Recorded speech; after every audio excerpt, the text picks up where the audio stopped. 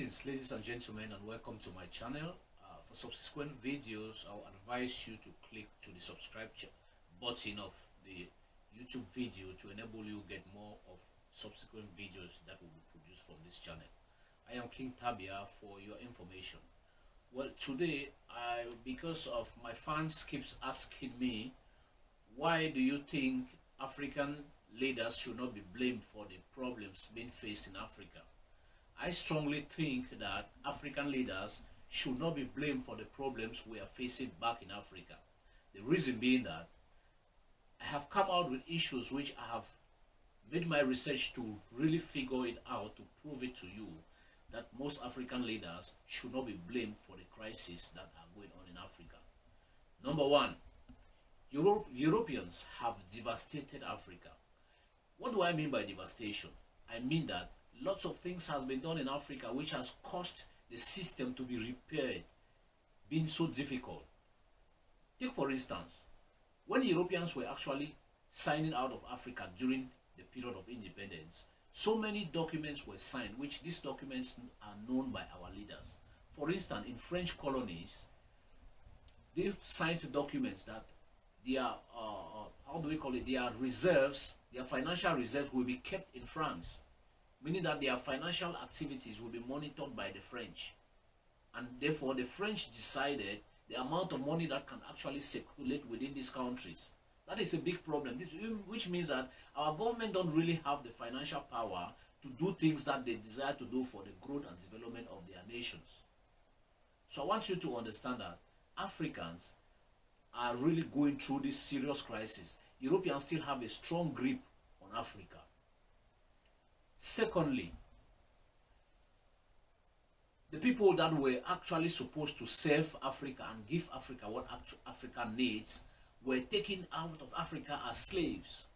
Firstly, two roots of slave, that is, we're saying two roots were playing fundamental roles in taking people out of Africa. The first route was the Trans-Sahara slave trade route, which enabled the Arab to collect slaves from Africa and pass through the Trans-Saharan slave trade route, pass over to Egypt, to the Middle East. Secondly, the transatlantic slave trade route, which enabled Europeans to take people out of Africa and go into America to use them as slaves. These people were made to serve in European plantations. And most of these people, after the abolition of slave trade, were never been sent back to Africa. They were scattered all over the islands in America. These people make a huge population of Africans actually residing in America. And if America is great today, it's because of the presence of Africans that have been kept to develop this area where the real motherland is facing serious problems. Thirdly, most of the people who serve in Africa most of the people in Africa who are supposed to actually serve Africa have left Africa and now are servants in different nations. If you go to America, people are still living in Africa, going to the Americas, going to Europe, going to Asia.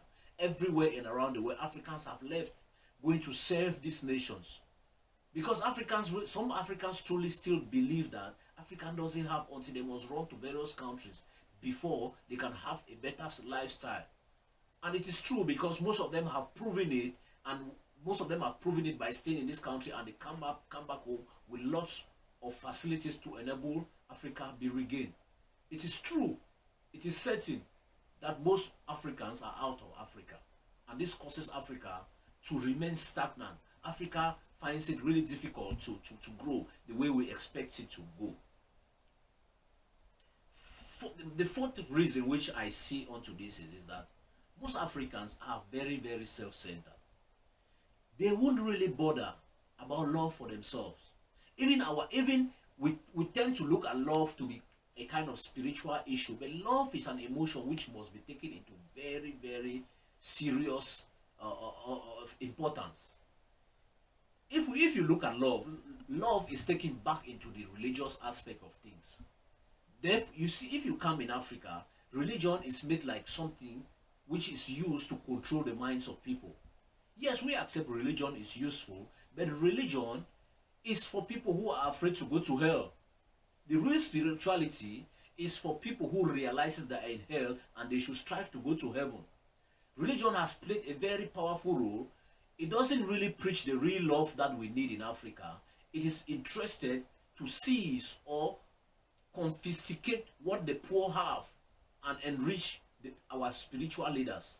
Then the real people, the real masses, tend to be a very big problem. So Africans cannot really love themselves. Africans are beginning to love unnecessary things that are of no importance to them.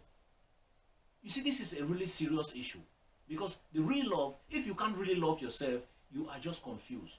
The real love that Africans have to demonstrate have been taken away from them. Africans are instead trying to love something external from themselves, not forgetting the fact that the real love must come from within them. Fifth, our system of education is very weak.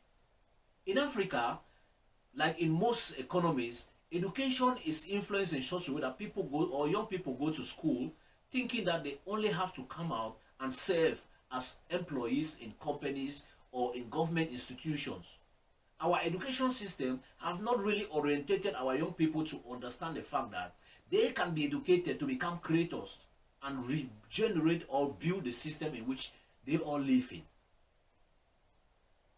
So our system have been kept in such a way that our young people can't think that they can do anything without being employed in public or private corporations. So they have the worker-oriented, the worker mind or set instead of the creator's mindset, where where I'm trying to say that they can come out with facilities to enable their continents grow up or their countries, but they still have the mentality that they can only go and serve instead of them providing the jobs.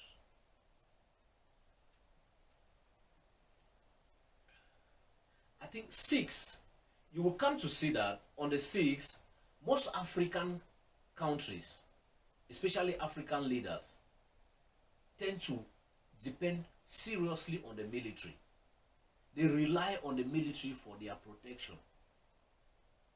Now, this is a military which was supposed to be very, very understanding about the basic political issues of their people. But the military tend to pretend they don't want to behave as if it is their duty to understand what the masses are going through. This military try to claim with the leaders, and they forget the job of protecting their people. Our military councils are greedy. They serve only the leaders, and they keep the leaders in power for their own protection. They can't really stand up and say, you leader, this thing is wrong, this is right, we should, it's our duty to protect our people. Our military councils don't really bother much about these things. They are more interested about themselves. So why should things not really be in this way if the militaries that have been made to serve and defend our people are only defending a few class which actually can put more money into their pockets? I think 7, if you look on it, the 7th factor will be because other nations still have a large grip on Africa. If you look at it, when it comes to Africa, Africa is suffering from corruption, which is not actually generating from within Africa. It's generated from the influence of, let's say, when you come into Africa, you will find out that Africans go into issues related to war or issues of corruption, issue of leadership. These foreign powers have a serious grip into these things. They control wars in Africa. They supply weapons into warring factors that fight in Africa. They influence leadership. They even determine who becomes the leaders in Africa. They even threaten a leader that if this thing is not being done like this, this is what they will do. And because most of our leaders are afraid of the situations that can actually face them, they will tend to succumb and listen to some of these eyes or foreign powers that are mounting influences upon them. 8, Africans have decided to abandon their own values. If you go to Africa, most Africans want to speak like Americans, they want to speak like Europeans, they want to be like this, but forgetting their own values. Other things have been inculcated into Africa which has transformed the mentality of the African. That is, the African doesn't really know who he is. Religion has played a very powerful role. Religion has cross-dimensional issues in Africa, which has even caused us to erase our cultures and our identity. It is high time Africans should go back to their roots. Before the Europeans came to Africa with religion or all the things, Africa was existing. I can remember there had been existing kingdoms that have survived, or empires that have survived in Africa. Before Europeans came to Africa, Egypt was a very powerful kingdom. In Africa, we also have other kingdoms that survive, like the kingdom of Ghana. Some kingdoms survive in Mali, some kingdoms survive in northern Nigeria. Some kingdoms survive in the Zulu land. What are we talking? Europeans have caused Africans to abandon their values. And Africans now tend to depend on other forms of system, thinking that they are the baby. Where if you can't really accept your own true value and live the way you are made to be, you tend to force yourself with other people's own value. Your life becomes more confused. It means you don't even know yourselves. Africans don't really know who they are. They are still really confused. The principle which says, man, know thyself. Africans are still really in big trouble. They don't know who they are. 9. Most Africans still have what we call the poverty mindset. Most Africans still feel that they are poor. If you ask an African, why do you leave Africa, go to foreign countries, they will say that their country is poor, there is no resources for him, he doesn't have the advantage, he is poor, so he has to go to foreign countries and make greener pastures. But if you look at it, you still find Chinese that are even coming to Africa and are making it in Africa. They come into Africa, they exploit the gold, they exploit the minerals, they even manipulate our government system to give them contracts which they don't even do well. So a lot of things are happening. But what I want you to know is that the Africans have forgotten the fact that everybody under the sun was born rich. Africans tend to look at wealth or riches to be external and forget about the real meaning of riches or wealth. Is not the physical things. Real wealth is all about good health, being happy, having enough good drinking water.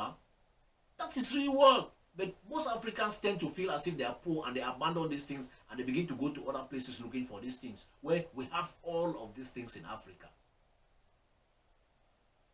And the 10, you will notice that religion has grossly caused a lot of problems in Africa.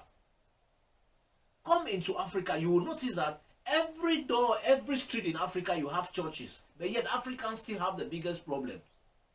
That is to tell you that religion, instead of religion playing its vital role, religion is mass putting the society in confusion. It is high time Africans should know that there is no external force out there that will give them what they want. They also carry what they have. So let our religious leaders not come and misinterpret the reality of things and causing Africans to serve them. You imagine these poor people, every day they contribute all their monies, give into the causes of these religious leaders. See them living the biggest of life. They have the private jets, they have everything they need. But yet the poor masses are struggling. They come, they say they are praying for them. They say they will see vision for them. The poor masses are stupid because even in the Bible, I can recall in the Bible, in the book of Matthew 5 chapter 1 says, blessed are those who are conscious of their spiritual need. If Africans are conscious of their spiritual need, it is not an advantage for spiritual leaders to make use of this their consciousness and keep them in poverty by manipulating them spiritually. But woe unto any spiritual leader who will manipulate his people for him to become rich while the people are struggling. So what are we saying? Ladies and gentlemen, I really want to make you understand that these are the real issues that are causing problems in Africa, not politicians. Though politicians can actually have a role, because some of them have been asked to serve, they are so greedy, they will cause a lot of problems. But what is more important is, politicians are not the cause of problems in Africa. A cluster of all of these issues are the most vital things that we should begin to really examine, to resolve, to really see how we can build a good Africa. Thank Thank you. Thank you so much. God bless you all.